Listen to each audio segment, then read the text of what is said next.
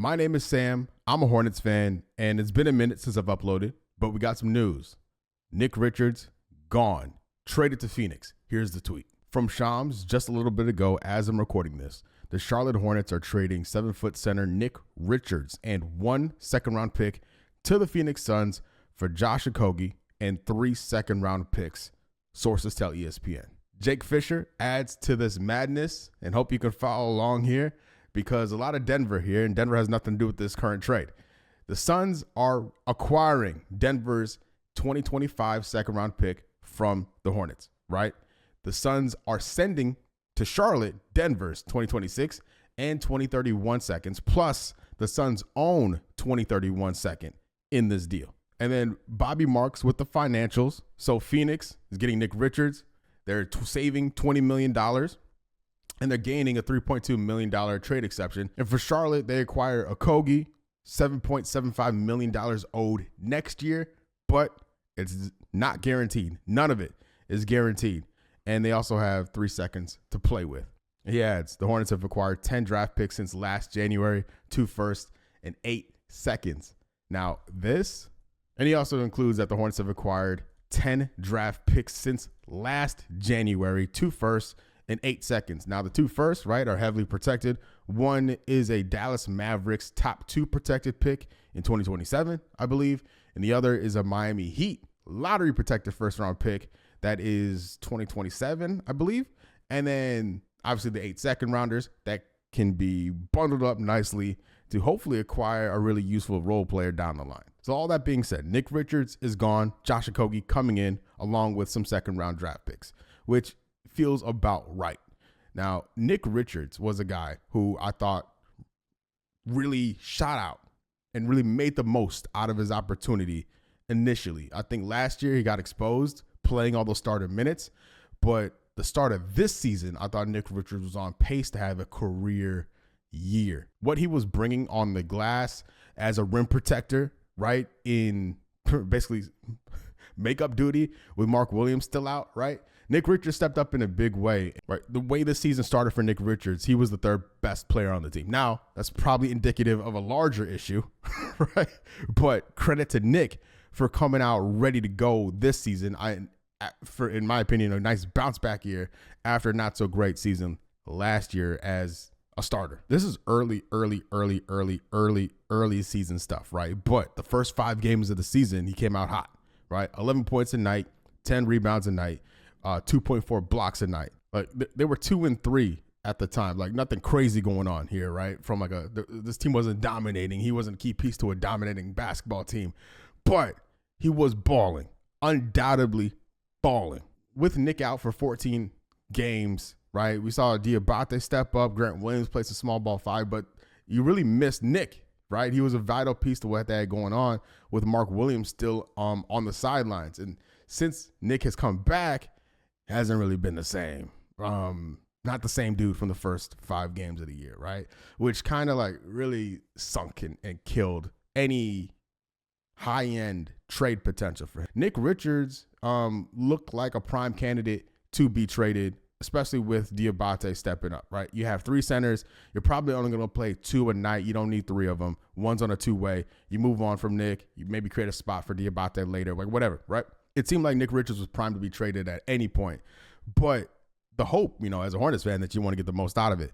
And unfortunately, the most recent version of him didn't quite match what we saw at the beginning of the year. Now, he played well, right? Even looking at the Phoenix games, the first Phoenix game where Hornets won, he had a great night, great audition, right, for the new franchise. And after that, we saw the trade rumors or the trade speculation from Mark Stein about Nurkic coming back the other way. This deal I much prefer than over that proposed or rumored or the idea of trading for Nurkic.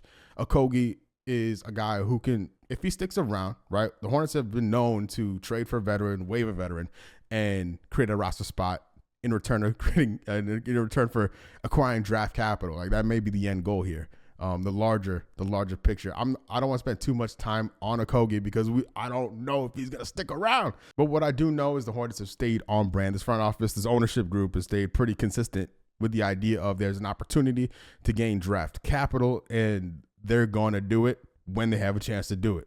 And then, if Okogie does stick around, that's wing guard depth that the Hornets could certainly use, right? With Seth Curry coming in and out of the lineup, Trey Mann's availability still up in the air. Nick Smith is kind of in the rotation, but not really.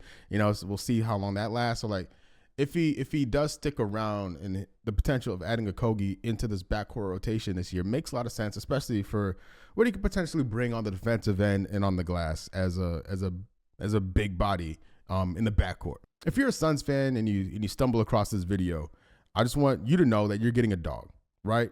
Nick Richards knows what he's good at, right? He's not going to play outside of himself, right? He's a role player. He can start for you. He can play some key minutes for you. You don't want a position where you have to rely on him on a night in and night out basis because he is limited offensively, but his rim running ability is there, right? His defensive presence is there. His efficiency grabbing rebounds is there. Now, his hands are questionable. All right. He's gonna drop some passes. He's gonna fumble some passes. That's going to happen. All right. He's gonna get called for some goaltends. That's going to happen. He's gonna get called for some moving screens. That will happen. But though the bad things, those bad things, will be outweighed by the good things. The defensive help and the rebounding help. That side is way higher than the mental mistake side, right? And I think I'm really happy for him that he's had a chance to, right, really up his game, playing with a much better, high-end roster and potentially go on a playoff run.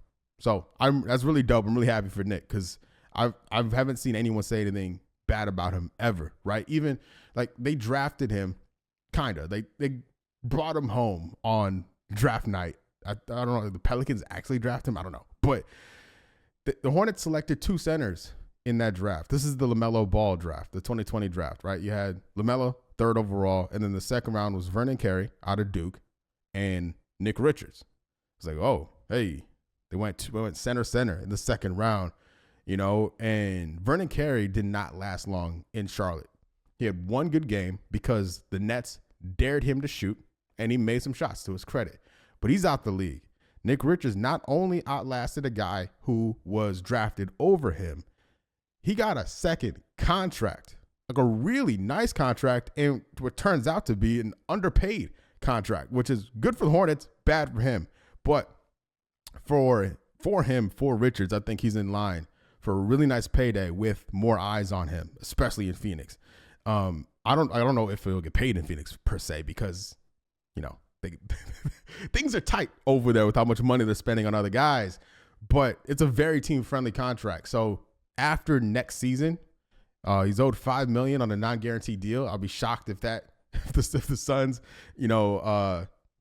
somehow restructured and got out of that benefit.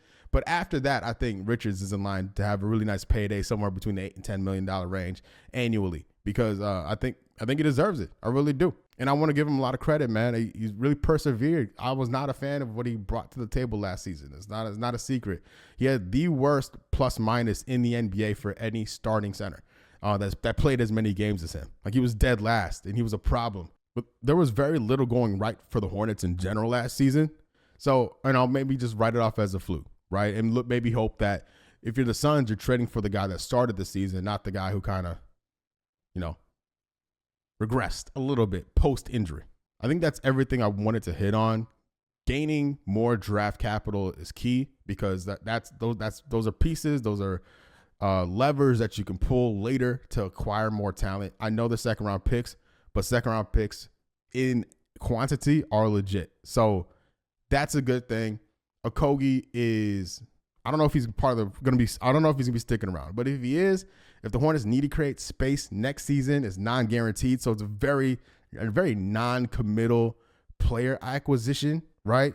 And, for Diabate, who looks like he's a really nice gem of a two-way guy, he has more runway now to audition for a full-time roster spot if one should become available. So Mark Williams, Diabate in the front court makes a lot of sense to go forward to close the season out. Hopefully no one else gets hurt.